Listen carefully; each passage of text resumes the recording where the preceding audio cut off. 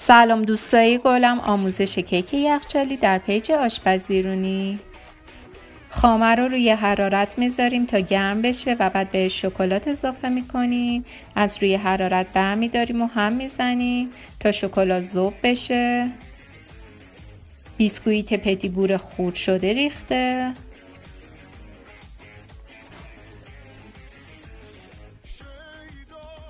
دل بخواهی میتونید مغز آجیل هم اضافه کنید. خوب مخلوط کرده.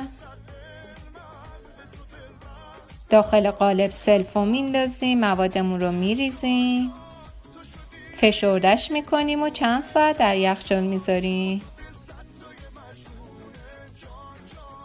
و بعد هم با پودر کوکو تزیین میکنیم.